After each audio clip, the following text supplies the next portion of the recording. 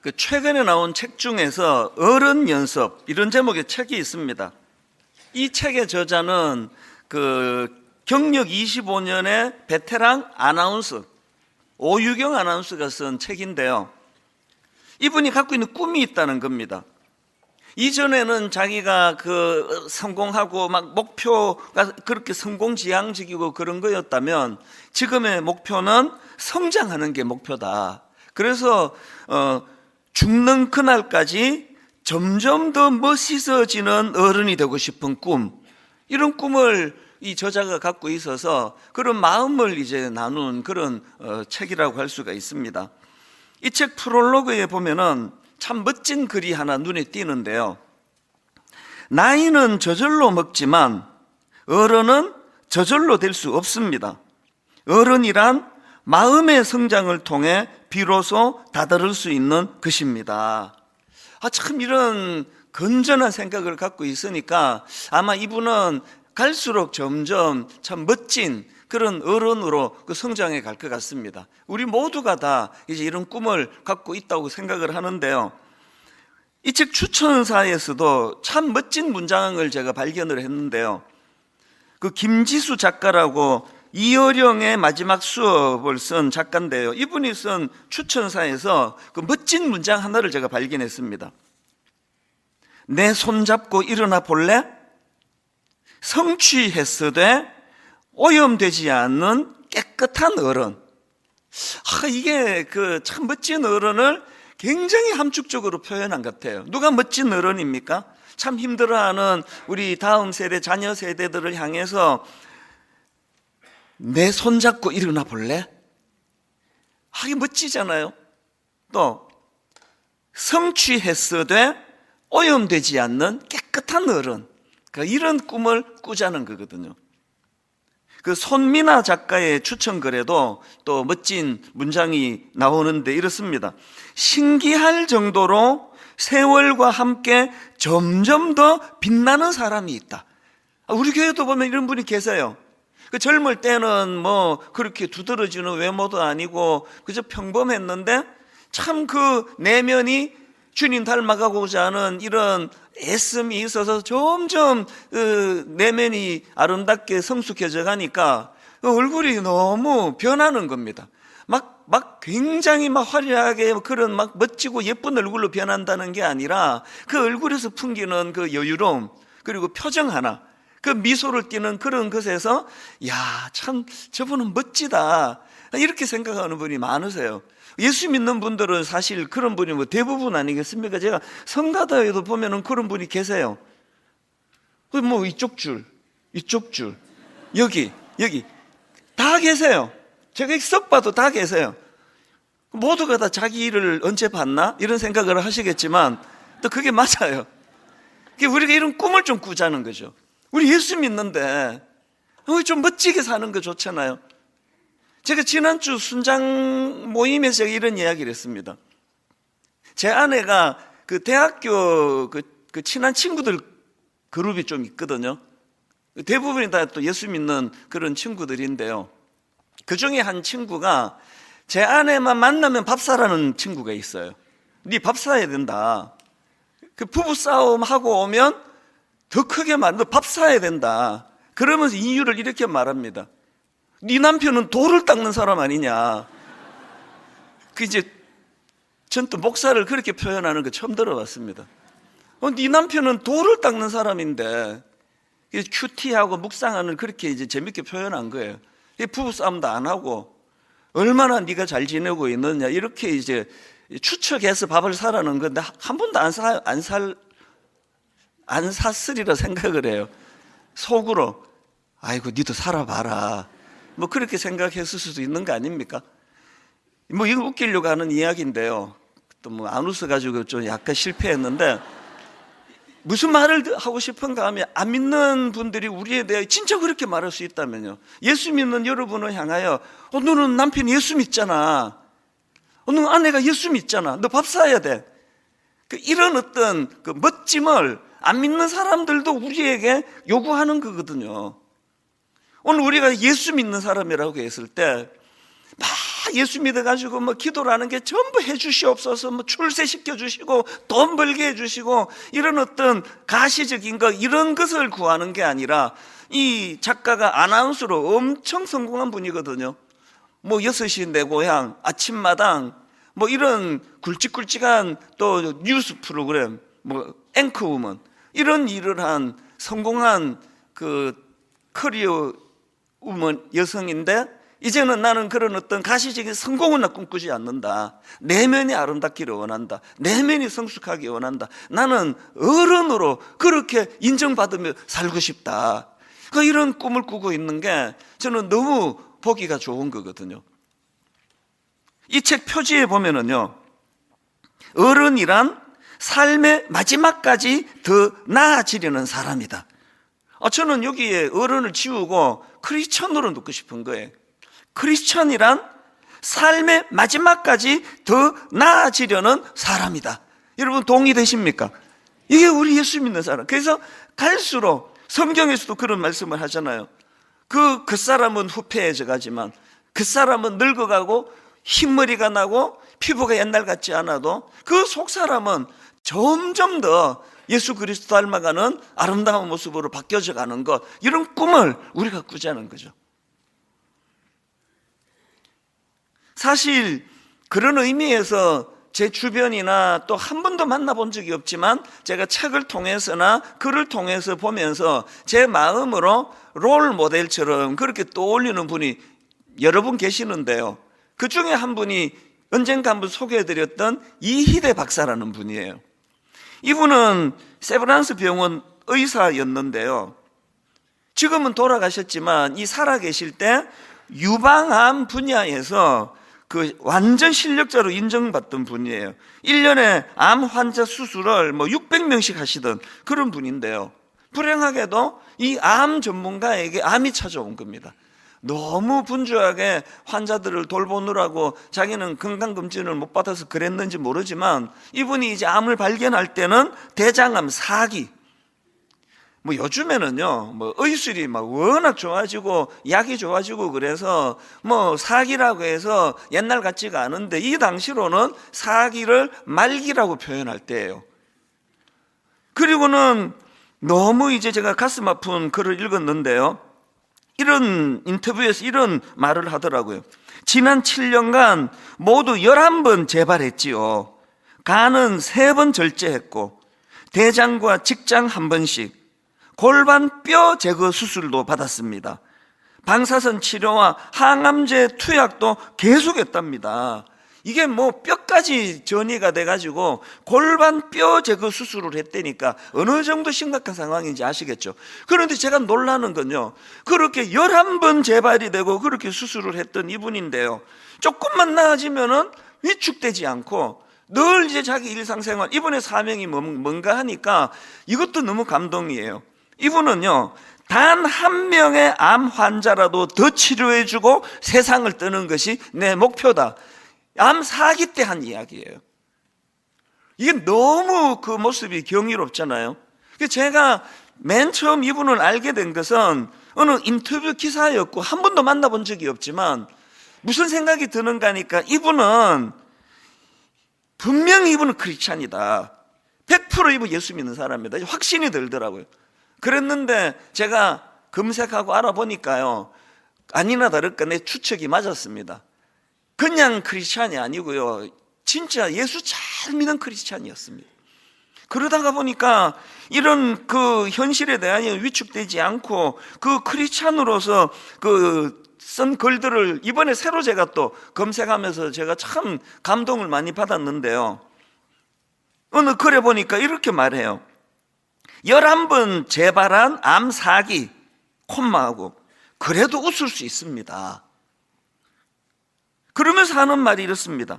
하나님께서는 암이라는 과정을 통해서 하나님의 임재를 드러내신다. 그리고는 이런 말도 합니다. 흔히 4기를 암 말기라고 합니다. 하지만 저는 말기 암은 없다고 봅니다.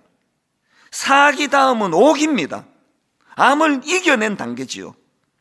암을 이기겠다는 5기만 있으면 하나님이 예비하신 생명의 오기가 들어설 수 있습니다. 사기밖에 없으니까 사기를 말기라 그러는데, 이 전문가, 암 전문가 교수님이 난 그거 동의할 수가 없다는 거죠. 오기가 있다는 거예요. 막 오기를 내서라도 이제 워드 플레이까지 하시잖아요. 막 오기를 가지고 나는 이거 이겨낼 수 있다고 하면은 암 극복하는 게, 그게 낫는 게 오기다. 이런 멋진 말들을 막 하시는 겁니다. 그리고 또 이런 말도 있습니다. 암은 자기를 돌아볼 수 있는 기회이자 생명의 근원이신 하나님을 만날 수 있는 축복이므로 소망을 가지고 하루하루를 감사함과 기쁨, 사랑으로 살아갑니다. 여러분, 너무 멋지잖아요. 성경 읽고 묵상하고 매주마다 교회에 나와 하나님 말씀으로 무장이 되는, 제 아내 친구 농담을 하는 말처럼 네 남편이 목사인데 네 남편이 맨날 도 닦잖아. 그러니까 너는 뭐 걱정할 게 있어. 너 맨날 밥 사야 돼. 이런 이야기가 농담이 아니라 실제가 되기를 원하는 거죠. 오늘 예배드리는 모든 크리스찬 여러분, 그 책에서 제가 그 어른 연습이라 그러잖아요. 그리스도를 닮은 점점 나이가 들수록 참 그에게서 향기가 나타나고 그의 모습에서 아름다움이 드러나는 이런 크리스찬이 되는 꿈을 갖게 되시기를 바랍니다. 성경의 인물 중에서도요, 제가 참 이분은 내가 진짜 롤 모델로 그렇게 오래전부터 닮아가고자 하는 분들이 뭐 얼마나 많습니까? 막 구약에도 많고 신약에도 많고 그런데요, 그 중에서 저는 이제 목사다 보니까 이 사도 바울, 그 사도 바울을 제가 묵상하고 그분에 대한 글을 읽고 할 때마다, 야, 정말 막 이분 이런 모습으로 살아간다면 막 일 많이 하고 그게 아니라요, 우선 그 사도 바울을 보세요. 그 변화가 느껴지잖아요. 소탐대실하지 않아요. 일희일비하지 않아요. 누가 자기를 공격해도 그 빌립보스 1장을 신학교 다닐 때 읽다가 제가 너무 감동을 받았습니다. 오늘날도 마찬가지인데 바울 시도도 그랬나 봐요. 그 바울을 라이벌로 생각해가지고 그러니까 바울을 이겨내려고, 꺾으려고, 막 심지어는 그를 괴롭히려고 그렇게 열심히 일하는 사람들도 있다는 거예요. 그 바울이 얼마나 괴롭겠냐고. 그래서 사도 바울이 뭐라고 말하는지 아십니까? 이렇게 말해요. 이런 괴로운 걸 다 피력하고는, 그러나 나는 저 사람이 어떤 동기로 복음을 전했든지 간에, 날 괴롭히려고, 날 라이벌로 생각하고 어떤 동기로 복음을 전했든지 간에 전해지는 것이 복음이라면 나는 그것으로 기뻐하고 또 기뻐하겠다. 제 신학교 때 그 구절을 발견하고 문득문득 제 마음에서 참 이 좁은 참 도량이 넓지 못한 이런 저 연약한 모습을 볼 때마다, 꿈을 꾸는 거죠. 이럴 수 있다면요, 누가 날 괴롭히려고 그렇게 열심히 복음을 전한다고 한다면, 라이벌로 생각해서 늘 그렇게 저를 험담을 하고 그렇게 한다 할지라도 그 동기로 열심을 내갖고 교회를 잘 섬긴다면, 나는 그것으로 만족하고 기뻐하리라. 이게 사도 바울의 모습 아닙니까? 그걸 좀 담자는 거죠. 오늘 본문에서도 바울이 진짜 멋진 선포를 애들 말로 날립니다. 한번 보세요. 고린도전서 15장 54절 55절입니다. 세 번역입니다. 썩을 이 몸이 썩지 않을 것을 입고 죽을 이 몸이 죽지 않을 것을 입을 그때에, 이렇게 기록한 성경 말씀이 이루어질 것입니다. 죽음을 삼키고서 승리를 얻었다. 죽음아, 너의 승리가 어디에 있느냐? 죽음아, 너의 독침이 어디에 있느냐? 지금 바울은요, 이 죽음을 의인화해가지고 너무너무 멋진 선포를 하는데요, 여러분, 사실 모든 인간에게 이 죽음이 가진 이미지는 두려움 아닙니까? 여러분, 이 죽음이 가진 이미지는 공포 아닙니까? 젊은데도요, 한 번씩 죽음을 생각하면 두려워지는 게 인간 아닙니까? 그런데 오늘 본문에 보면은 바울이요, 죽음을 삼키고서 승리를 얻었다. 어떤 번역에 보니까 이걸 너무 멋지게 더 잘 번역한 것들이 많더라고요. 생명이 죽음을 무력화시켰다. 이게 너무 멋진 거 아닙니까? 여러분, 이 세상에 어떤 존재가, 어떤 도구가 죽음을 무기력화시킬 수 있냐고요. 세상에 어느 종교가, 어느 종교, 어느 그 종교를 만든 창시자가 죽음을 무기력화시키는 일이 있느냐고요. 저는 이런 부활주일 고난주간을 거치면서 이 부활주일을 준비하면서 제 마음이 이 사도 바울의 이런 선포를 묵상하는데 막 이렇게 담대해지는 걸 느끼는 거예요. 죽음을 삼키고서 승리를 얻었다. 이야, 이거 벌 생각하면은, 벌에게 그 꽁지에 붙어 있는 독침만 제거하면은 그 벌이 뭔 재주로 우리를 공격합니까? 똑같은 이치로, 죽음아, 너의 독침이 어디에 있느냐? 생명이 그 독침을 제거해 버린 거예요. 그 중요한 건, 그 바울은 이런 담대함이 그 어디서 나온 거냐는 거예요. 이 죽음으로부터 뭐 두려움이 없어지니까, 죽음의 공포와 독침이 제거되고 나니까 언제든지 자기는 죽어도 그 빌립보서에 또 그런 내용이 나오잖아요. 난 두 사이에 끼었다. 지금 당장 죽어서 주님 앞에 가는 그게 내게는 유익하지만 할 일이 있어요. 바울이 이렇게 두 사이에 지금 빨리 주님께 가고 싶은 욕구, 그리고 또 이 사역을 위해서 살아남기 위한 욕구, 그 두 사이에 끼어 있는데 바울이 무슨 결정을 합니까? 지금 당장 죽어서 천국 가는 게 나를 위해서는 유익하지만 너희들을 위해서 내가 더 살기로 했다. 그 멋진 거 아닙니까? 사도 바울이 가지고 있는 이런 멋짐은 어디에서 나왔느냐, 이런 질문을 던진다면 저는 빌립보서 3장 10절에서 답이 있다 이렇게 말할 수 있습니다. 이것도 세번역으로 보십시오. 내가 바라는 것은 그리스도를 알고, 그 다음 보세요, 그분의 부활의 능력을 깨닫고. 여러분, 그리스도를 안다고 부활신앙으로 무장이 저절로 되는 건 아닙니다. 현실을 보세요. 나 분명히 예수 믿는데 죽음의 공포로부터 자유하지 못하는 경우는 훨씬 많습니다. 그런데 지금 바울이 이걸 두 개를 구분하잖아요. 내가 바라는 것은 그리스도를 알고, 그분의 부활의 능력을 깨닫고, 그분의 고난에 동참하여 그분의 죽으심을 본받는 것입니다. 도대체 죽음을 두려워하질 않아요. 그 죽음의 독침을 제거하고 나니까. 그러고 보면은 오늘 본문 57절의 고백도 여상하지 않습니다. 세번역입니다. 그러나 우리 주 예수 그리스도를 통하여 우리에게 승리를 주시는 하나님께 우리는 감사를 드립니다. 여기 승리는요, 나 승진했어, 취직했어, 내가 이 땅에서 원하는 거 얻었어, 나 괴롭히는 저것을 내가 납작코를 만들었어, 이런 게 아니에요. 여기서 말하는 승리는요, 죽음의 권세를 극복한 걸 표현한 거예요. 여러분, 우리가 알아야 되는 게 뭐냐, 우리가 살아있을 동안에도 예수 그리스도를 의지해야 되지만요, 죽는 과정에서도 그리스도를 의지해야 됩니다. 그가 그 죽음의 독침을 어떻게 빼냈냐고 57절에서 말하잖아요. 그러나 우리 주 예수 그리스도를 통하여예요. 오늘 부활주일 예배를 왜 따로 구분해서 우리가 드립니까? 왜 그분께 우리가 감사헌금을 드립니까? 그분의 부활하심의 능력이, 그 부활하신 죽음의 권세를 이기신 예수 그리스도로 말미암아 내게 도래한 사망의 독침도 제거되었다는 것을 믿는 신앙, 이게 부활신앙입니다. 이런 부활신앙으로 장착한 사람은 다 멋져요. 죽음에 대한 공포가 없는데 얼마나 아름다워지겠냐고요.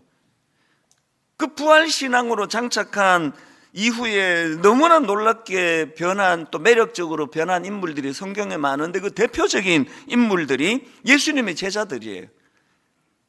그 완전 오합지졸 아니었습니까? 십자가 지는 과정에서 다 도망갔어요. 그렇게 두려움이 많고 나약하고 참 초라하고 비겁하고 그랬던 예수님의 제자들이 나중에 하나같이 사도행전을 보면은 용사가 되는 거 아닙니까? 그거 아시죠? 다 순교했어요. 다. 뭐 죽음을 두려워하지 않는데, 독침이 제거가 됐는데 막 하고 싶은 일 막 다 하고 산 거 아닙니까? 바울도 마찬가지 아닙니까? 베드로도 마찬가지예요. 베드로는요, 예수님 십자가 지시던 현장에서 뭐 초등학교 1학년도 다 알아요. 3번 부인한 사람 딱 하면 베드로가 떠오르잖아요. 이 베드로, 그 비겁한 사람, 비굴한 사람, 그 큰 소리만 뻥뻥 치지 속이 비어 있는 사람, 이 베드로 아닙니까? 그런데 나중에 베드로가요, 얼마나 담대한 사람이 됐는지 초대교회의 우뚝 선 지도자가 됐거든요. 그가 쓴 베드로 전서 후서를 읽어보면은, 여러분이 베드로 전서는요, 네로 황제 치하에서 믿는 자들에 대한 박해가 극심하던 때 쓰여진 거예요. 그래서 여기 보면은 그런 표현이 나옵니다. 베드로전서 1장 6절에 보니까, 그러므로 너희가 이제 여러 가지 시험으로 말미암아 잠깐 근심하게 되지 않을 수 없으나, 지금 이 극심한 고통을 이렇게 표현한 거거든요. 또 베드로전서 4장 12절입니다. 사랑하는 자들아, 너희를 연단하려고 오는 불시험을 이상한 일 당하는 것 같이 이상히 여기지 말고, 이게 지금 고통 중에 있는 성도들을 위해서 쓴 편지라는 걸 금방 알 수 있는 거거든요. 이렇게 지금 고난에 빠져 있는 초대교회 성도들을 향한 베드로의 담대한 권면을 한번 보십시오. 베드로전서 4장 12절 13절입니다. 사랑하는 여러분, 여러분을 시험하려고 시련의 불길이 여러분 가운데 일어나더라도 무슨 이상한 일이나 생긴 것처럼 놀라지 마십시오. 그만큼 여러분은 그리스도의 고난에 동참하는 것이니 기뻐하십시오. 그러면 그의 영광이 나타날 때에 여러분은 또한 기뻐하며 즐거워하게 될 것입니다. 지금 여러분, 네로 황제의 극심한 박해의 1차적인 타겟이 자기 자신이에요. 베드로가 그 전설에 십자가에 거꾸로 매달려 순교했다는 그런 말이 기록이 있지 않습니까? 그러니까 지금 자기는 고통이 없고 뭐 이런 거죠. 뭐 암사기 환자인데 신방 가가지고 이럴수록 힘내셔야 됩니다, 뭐 이럴수록 힘내셔야 된다고 이런 소리 해대는 목사가 있다면요, 그 물정을 모르는 사람이 하는 거거든요. 이 고통이 얼마나 극심한 걸 하나도 모르니까 그런 이야기 너무 쉽게 하는 거거든요. 이게 뭐 암 걸렸다고 뭐 그렇게 얼굴 찌푸리지 마시라고 막 이런 얘기하면은요, 물정을 모르는 얘기예요. 그러나 자기가 그 일을 겪는 분이 그렇게 말한다면 거기에는 힘이 있는 거거든요. 이번에 제가 어머니 장례식을 치르고 보니까요, 어떤 분이 진짜 위로가 되는지 다 고마운데요, 어떤 분은 참 이분이 그래도 예의를 갖추어서 애쓰시는구나 이렇게 느껴지는 분이 있고, 어떤 분은 진짜 위로가 되더라고요. 내가 겪어보니까 이게 이런 거였구나. 즉 베드로가 지금 자기는 그런 고난이 하나도 없고 이론으로 하는 그 얄밉게 하는 얘기가 아니에요. 가장 극심한 고난이 지금 자기에게 있는 일인데 너무너무 담대하잖아요. 여러분은 그리스도의 고난에 동참하는 것이니 기뻐하십시오. 이런 시련을 겪을 때 무슨 이상한 일이나 생긴 것처럼 놀라지 마십시오. 이게 여러분, 그 계집 종이 너 예수 믿는 사람, 예수 따르는 사람 아니냐 그러는데 막 부들부들 떨면서 주님을 막 부인해버리는 그 나약한 베드로가 어디 갔냐고요. 그러면 똑같은 질문이요. 아니 베드로는 어떻게 이런 멋지고 담대한 변화, 인생 그런 변화가 있었나? 저는 그 질문에 대한 답을 베드로전서 1장 3절에서 찾습니다. 우리 주 예수 그리스도의 아버지 하나님을 찬송하리로다. 그의 많으신 긍휼대로 예수 그리스도를 죽은 자 가운데서 부활하게 하심으로 말미암아 우리를 거듭나게 하사 산 소망이 있게 하시며, 여러분 다 아시잖아요. 베드로가 그 주님을 십자가 지는 과정에 배신해 버렸는데 주님은 그 베드로를 부활하신 이후에 그를 만나 주세요. 제가 전에 농담했던 기억나시죠? 나 같으면 쟤는 빼고 만나자, 쟤는 나 안 만나고 싶다. 근데 그 베드로를 만나 그를 용서해 주시고 그에게 다시 사명을 주시면서 내 양을 치라, 내 양을 먹이라. 그랬더니 지금 베드로가 부활하신 주님을 경험하고 나서 완전히 인생이 달라진 거예요. 그 부활하신 주님을 만난 뜨거운 가슴에 성령의 강력한 역사가 사도행전 2장에서 일어나니까 완전히 다른 사람이 됐습니다.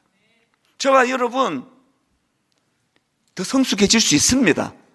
저와 여러분 날마다 현실 앞에 두려워하고 부들부들 떨고 소탐대실하고 날마다 일희일비하고 이렇게 안달복달하며 사는 인생이라 할지라도 여러분 부활하신 예수 그리스도, 그 부활신앙으로 우리를 무장시켜 주시는 그분을 만나게 된다면 저와 여러분의 인생도 멋지게 변화될 줄로 믿습니다. 팀 켈러 목사님이 쓴 부활을 입다, 이번에도 이제 부활절을 앞두고 이 책을 다시 꺼내가지고 제가 보다가요, 그 부활이 가진 기능에 대한 설명 중에 멋진 표현이 하나 있더라고요. 부활이 가진 기능이 뭔지 아십니까? 이거예요. 모든 두려움을 몰아내는 생명의 빛이다. 예수 믿는 우리 최악이 죽는 거 아닙니까? 인생이. 나 이러다 죽겠다. 그 말은 나는 정말 절망이다. 그 얘기 아닙니까? 그런데 그 죽음의 독침을 제거하고 나니까 우리 인생에서 겪을 수 있는 최악이 죽는 건데 죽으면 천국 가는데요. 그래서 오늘 저는 여러분 이 부활주의를 맞아가지고 이거 팀 켈러가 언급했던 글 일부를 한번 보십시오.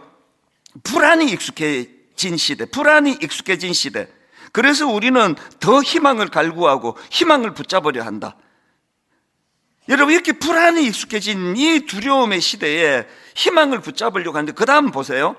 예수 부활의 권능을 입어 다시 사는 것, 이보다 더 장엄하고 강력한 희망은 없다.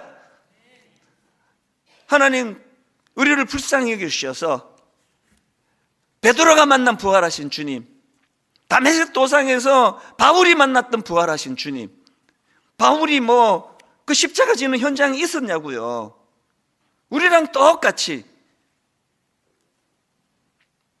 그 바울을 만나주시는 주님이시라면, 그 포악한 바울도 만나주시는 주님이시라면 오늘 예배 가운데 저와 여러분 사모하는 자에게 부활하신 주님이 임하실 줄로 믿습니다. 아까 이희대 박사가 그런 말 했잖아요. 암사기, 고난 중에도 난 웃을 수 있다. 왜? 이 고난을 통해서 자기는 하나님의 임재를 경험하기 때문이다. 여러분 아픈 일 갖고 맨날 아프다고만 그러지 마시고요, 여러분의 아픔을 하나님의 부활하신 주님의 임재를 경험하는 재료로 사용할 수 있는 지혜로운 신앙인들이 되시기를 바랍니다. 그래서 오늘 저는 두 가지로요, 이 부활신앙과 관련한 적용을 한 두 가지로 나누어 보고 싶은데, 첫 번째, 여러분 부활신앙의 영향력을 누리셔야 돼요. 부활신앙이 있다면 그건 죽을 때 나 이제 죽을 때 편안하게 죽겠구나가 아니라, 이 부활신앙으로 장착한 사람들이 이 땅에서 오늘 현재 삶 속에서 그 부활신앙의 영향력을 누릴 수 있다는 겁니다. 고린도후서 4장 16절에 그러므로 우리가 낙심하지 아니하노니 우리의 겉사람은 낡아지나 우리의 속사람은 날로 새로워지도다. 이 부활신앙으로 장착한 사람만이 알아들을 수 있는 말씀이에요. 이게 57절도 다시 보십시오. 우리 주 예수 그리스도로 말미암아 우리에게 승리를 주시는 하나님께 감사하노니. 여러분 우리가 살아가는 과정에서도 주님의 은혜가 필요하고 그분의 임재가 필요하지만, 여러분 우리가 그 죽어가는 이 과정에서도, 연세가 드셔 가시는 그 과정에서도 예수 그리스도가 내 인생에 개입을 해야 돼. 그래야 죽음을 삼키고서 승리를 얻었다, 이런 바울의 담대한 고백이 우리에게도 나오는 거 아닙니까? 여러분 연세가 많이 드셨는데요, 그분 입에서 죽음아 너의 승리가 어디 있느냐, 죽음아 너의 독침이 어디 있느냐, 그 죽음에 대하여 이렇게 그냥 죽음을 갖고 노실 믿음을 갖고 있다면 그 어른이 얼마나 아름다우시겠냐고요. 사실 제가 이제 우리 어머니 간증 내가 이제 악기 해가지고 내가 이제 잘 안 해야 되겠다 결심을 좀 해갖고 요새 안 했는데요, 지난 금요일 성금요일 날 또 못 참고 했어요. 이게 그리스도의 고난과 부활의 어머니 간증을 빼면은 이게 설교가, 이게 메시지가 안 나오는 거예요. 그래서 이제 막 여러분이 식상할까봐 이제 제가 또 정말 안 할 거예요. 그러나 이제 오늘은 또 해야 돼요. 이 부활절이기 때문에. 제가 지난 성금요일 날 어머니에 대해서 제가 상처가 좀 많다 그랬잖아요. 왜? 어릴 때부터 싸우고 오면은 온 동네 사람들이 다 자기 아들 편 드는데 우리 어머니는 진짜 이상한 분이에요. 들어보지도 않고 네가 사과해라. 아니 뭐 어떤 일이 벌어지는지 알고 이렇게 얘기를 하시느냐고. 그러면 일단 네가 사과해라. 그리고는 막 집에 가면 떼굴떼굴 뒹굴죠. 엄마는 뭐냐고 이게. 그러면 너무 미안한 표정으로 하시는 말씀이 이거예요. 우리는 예수 믿잖아. 어머니 생각은요, 예수 믿으면 무조건 손해보고 무조건 양보하고 그 성금요일 말씀드렸잖아요. 그때 또 뭐 돌아가실 것 같으니까 갑자기 저한테 전화 와가지고 그 며느리한테 내 너무 사과할 게 없는지 그 좀 물어봐 주라. 또 숫기가 없으셔가지고 직접 묻지도 못하시고. 그 며느리가 제 아내잖아요. 우리 시어머니 그런 적 없다고 맨날 얘기하는데, 우리 시어머니는 진짜 점잖은 분이라 가지고 단 한 번도 그렇게 무례하게 한 적이 없다는데, 이게 뭐 이 하늘에 나 불러가시려나 그러면 막 생각하는 거예요. 내가 또 그 잘못한 사람이 없나? 막 자꾸 미안하다 그러고. 그게 저런 싫죠. 좀 당당하게 사시지 왜. 근데 이번 고난 주간을 제가 묵상을 하면서 그게요, 이 영적으로 참 무지한 저 같은 사람이 해석할 수 없는 그게 어머니의 당당함이더라고요. 그게 어머니의 자신감이더라고요. 우리 예수 믿는데, 이 말은 그분의 자신감인 거예요. 우린 죽으면 천국 가잖아. 우린 죽으면 다 보상받잖아. 너 저 사람도 어떻게 생각하니? 이렇게 설명을 매끄럽게 막 신학 교수처럼 해주신 적이 없으니까 내가 오해하고 있었는데, 이번에 내가 새로 분석을 한 겁니다. 이게 어머니 부활신앙이구나. 실제로요, 저희 어머니가 작년 12월 달에 돌아가셨는데 7월 말에 또 한 번 이제 고비가 오셨어요. 그래서 이제 폐에 물이 막 차는데 이게 뭐 어떤 기술을 동원해도 물이 안 빠진다는 거예요. 너무너무 이제 점점 괴로워하시니까 이제 어른을 이렇게 자꾸 괴롭히는 게, 그 미국 의사가 그런 얘기를 했대요. 그래서 누나한테 전화가 왔습니다. 너 이제 준비해야 되겠다. 그래서 그 새벽에 그 전화 받고 또 제 아내는 또 한판 울고, 그리고 이제 비행기 막 해가지고 급하게 이제 비행기표를 끊었는데 기적같이 폐에 물이 빠졌다. 그래서 다시 살아나신 거예요. 그리고는 이제 미국 집회가 있어서 제가 미국을 갔을 때 어머니가 계시는 요양원의 3층은 한국 할아버지 할머니가 계시는 데예요. 그래서 전 직원이 다 특별한 경우 빼고는 다 한국 분인데, 놀랍게도 너무너무 감사하게도 그분들이 다 제 설교를 듣는 분들이, 직원들이. 그래서 우리 어머니는 정말 호강하셨어요. VIP 대접을 받으셨죠. 그렇게 제가 미국에 갔더니 7월 말에 있었던 일을 그 책임자 분께서 이제 우스갯삼아 들려줬어요, 저한테. 그때 이제 어머니가 폐에 물이 차고 막 이제 혼수 상태가 오고 막 그랬던 것 같아요. 그래서 이제 911을 불러가지고 이제 응급실로 가야 되니까 911을 불렀다는 거죠. 그 미국에 또 911이 좀 호들갑스럽잖아요. 막 불빛도 열어나고 막 소리도 열어나고 막 여러 사람이 이제 들이닥쳐가지고 어머니를 이제 그 911 그 응급차에 모시고 이제 응급실로 가야 되는데요. 그 과정에서 어머니가 깨신 거예요. 굉장히 그때 심각한 상태였다가 깨신 거예요. 두 마디를 하셨대요. 이게 막 이상해졌거든요. 막 불이 부착부착하고 막 사람들이 미국 사람들이 들락날락거리고 하니까 어머니가 이렇게 말씀하셨대요. 여기가 어디고 천국이가. 그게 첫 마디였어요. 이게 막 이제 금방 깨셨으니까. 두 번째 마디가 이거였습니다. 그 미국 사람 그 911 응급 대원 보고요. 누굽니까? 천사입니까? 그 얘기를 하셨대요. 그래서 저도 웃었어요, 그 얘기를 듣고. 그런데요, 이번 고난주간에 그 어머니 모습이 저미는 거예요. 어머니 머릿속에 죽음의 독침을 빼내신 분이 갖고 있는 천국에 대한 소망, 이제 나는 이제 곧 천국 간다, 이걸 너무너무 소망을 하신 거 아닙니까? 그러니까 그 상황이 오니까 너무 막 그 기쁜 표정을 지으면서 여기가 천국인가? 천사입니까? 그리고요, 저희 어머니가 너무너무 소원하셨던 오랜 기도 제목, 주무시다가 그렇게 주님 앞으로 가는 그 일을 하나님 허락하셨거든요. 어머니 돌아가시기 하루 전날에요. 참 저희 누나 셋이 참 효녀예요. 번갈아 가면서 매일매일 이제 어머니 찾아뵙고 또 드실 거 준비하고 또 이런 또 갈아입을 여러 가지 것들을 준비하고 그렇게 이제 방문을 하시는데 돌아가시기 하루 전날이에요. 제 바로 위에 누나가 이제 어머니를 찾아뵀어요. 어머니는 또 좀 뭐라 그러나요? 체면이 많으셔서 가면 바로 가라 그래요. 여기 있으면 많이 가라. 저도 방문해 갖고 3일 연속으로 가는데 막 야단을 치시는데 목회를 엉터리를 하지. 오지 말고 가라고. 그거 우리 어머니예요. 그런데 돌아가시기 하루 전날요, 저희 누나 보고 가지 말라는 거예요.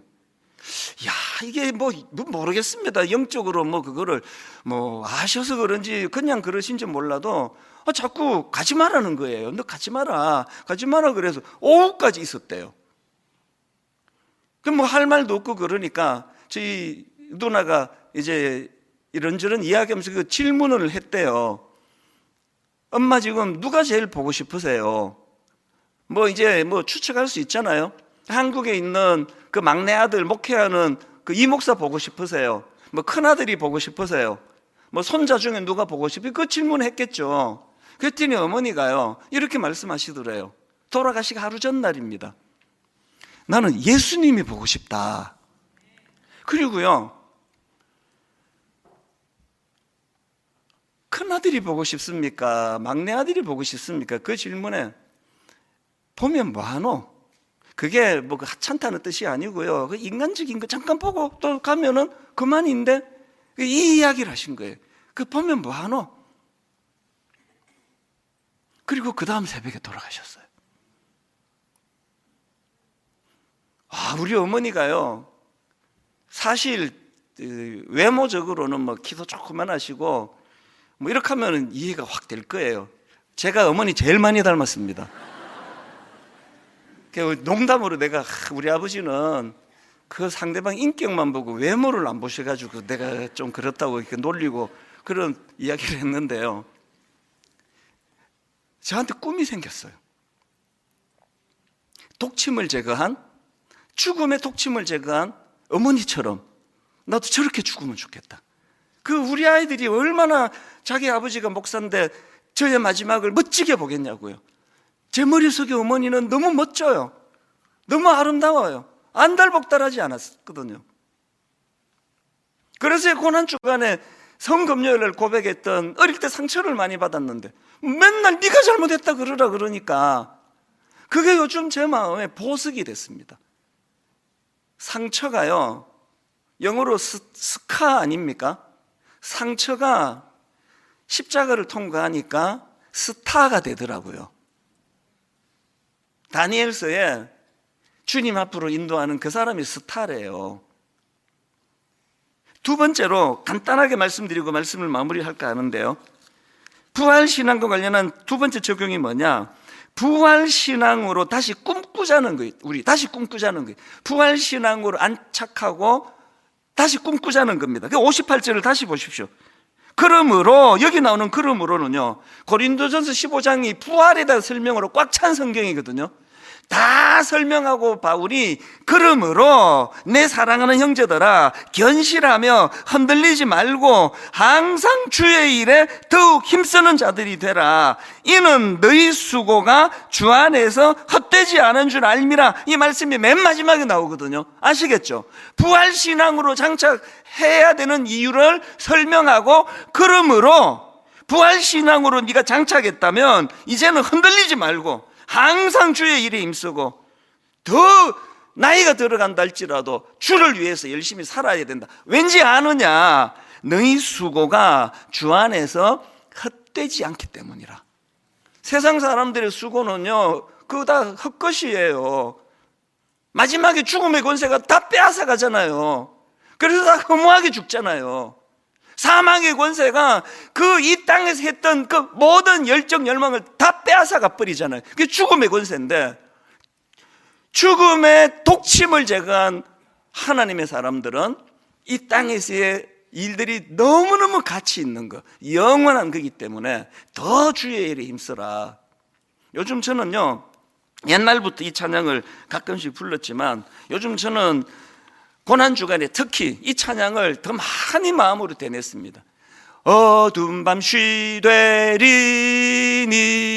내 직분 지켜서 찬이슬 맺힐 때에 일찍 일어나 해 돋는 아침부터 힘써서 일하라. 일할 수 없는 밤이 속히 오리라. 제가 이제 60대가 되고 보니까요, 지금 저요 50대 때보다 더 열심히 해요. 50대 때보다 설교 준비 훨씬 더 열심히 합니다. 왜? 이제 제가 점점 제 마음에 깨달아지는 게 일할 수 없는 밤이 곧 온다는 거예요. 얼마나 좋습니까? 이제 뭐 그냥 막 좀 쉬고 싶을 때도 있고, 이제는 정말 한 석 달이라도 내가 안식년을 좀 갖고 싶다는 이런 지침이 없는 건 아니지만 일할 수 없는 밤이 속히 오리라. 이 바울이 맨 마지막에 부활에 대한 설명을 다 한 다음에 그 바울이 권면하는 게, 그러므로 내 사랑하는 형제들아 견실하며 흔들리지 말고 항상 주의 일에 더욱 힘쓰는 자들이 되라. 이는 너희 수고가 주 안에서 헛되지 않은 줄 알미라. 아까 그 이희대 박사가 암 4기 투병하면서도 자기가 죽기까지 한 명이라도 더 환자들을 돌보는 일을 하고 자기가 죽기를 원한다고 그런 꿈을 꿨다면 저도 마찬가지예요. 여러분, 제가 다시 약속합니다. 은퇴하는 과정에서 절대로 여러분 실망시키는 짓 하지 않을 거예요. 소탐대실하지 않을 거예요. 은퇴 이후에도 우리 젊은이들이, 정말 젊은이들이 실망하는 이런 일 절대 하지 않을 겁니다. 저도 이희대 박사처럼 부족하지만 한 명의 영혼이라도 더 그들에게 복음의 빛을 비추고 복음을 전하고, 그래서 추해지지 않으려고 더 많이 기도하고 몸부림칠 겁니다. 우리 교회의 모든 성도님, 젊은 청년은 젊은이대로, 연세가 들어가시는 분은 연세가 들어가시는 분들대로 이 꿈을 꾸게 되기 원합니다. 우리는 비록 외모는 뭐 부모님의 외모를 따라 다 다르게 태어났지만 우리가 추구하는 거 갈수록 아름다워지는 거예요. 갈수록 멋진 거예요. 이야, 참 저 목사님 참 멋지다. 뭐 목회 잘한다 이런 게 아니고요. 참 멋지다. 같이 기도하시겠습니다. 하나님 아버지, 어른이란 삶의 마지막까지 더 나아지려는 사람이라고 그 책에서 설명했다면, 하나님, 크리스찬이란 바로 그런 사람인 줄 믿습니다. 이전에는 그저 성공하고 잘되고 남들 앞에 떵떵거리며 사는 것이 인생의 목표였다면, 이제는 그리스도를 닮은 성장이 우리의 목표가 되기를 원합니다. 아버지, 죽는 그날까지 점점 멋져가는 그런 크리스찬으로 아버지 우리들이 그렇게 주님을 닮아가기를 원합니다. 부활하신 주님으로 말미암아 하나님 이제 죽음의 권세의 독침을 제거했습니다. 그것은 껍데기뿐입니다. 이 땅에서 겪을 가장 절망은 죽음인데, 죽으면 천국 가는 게 우리입니다. 이 부활하신 주님으로 인한 부활신앙으로 장착하여 너무나 두려움에 빠지고 안달복달하고 그렇게 살지 않도록 성령님 인도하여 주시옵소서. 주님 앞에 부활주일 감사 예물을 드리려고 합니다. 하나님, 경제적으로 어려워 드리지 못하는 그 마음 주님께서 네 마음 내가 다 받았다 그렇게 말씀해 주시고, 하나님 드려진 이 헌금이 한 푼이라도 허튼 데 쓰여지지 않도록 주님 간섭하여 주시옵소서. 감사드리옵고 예수님 이름으로 기도드립니다. 아멘. 오늘 부활절 특별 찬양이 준비되어 있는데요, 청년들입니다. 김신혜, 김지수, 김기리, 허나경, 우리 4명의 우리 귀한 자매들이 특별 찬양을 준비했는데요, 우리 찬양을 들으면서 준비하신 부활주의 헌금 우리 하나님께 올려드리도록 하겠습니다.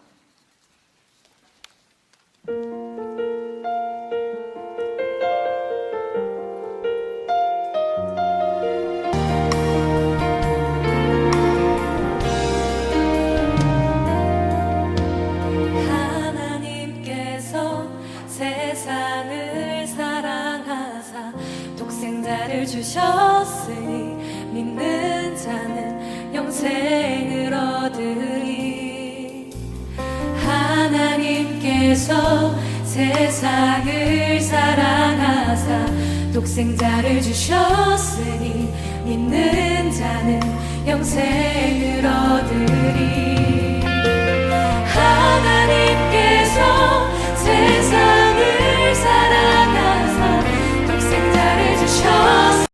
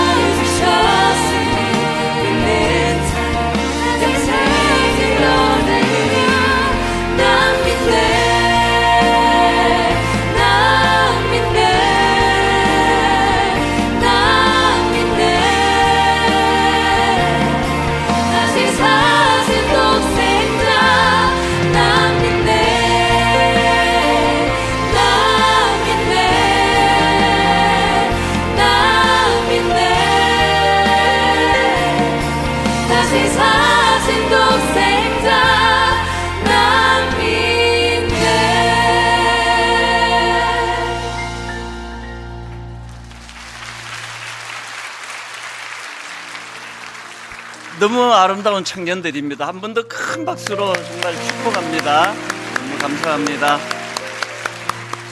이제 다 자리에서 일어나셔서 찬송가 160장입니다.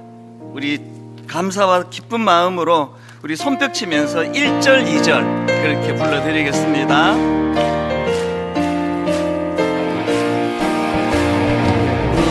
무덤에 머물러 예수 내 후 새벽 기다렸네.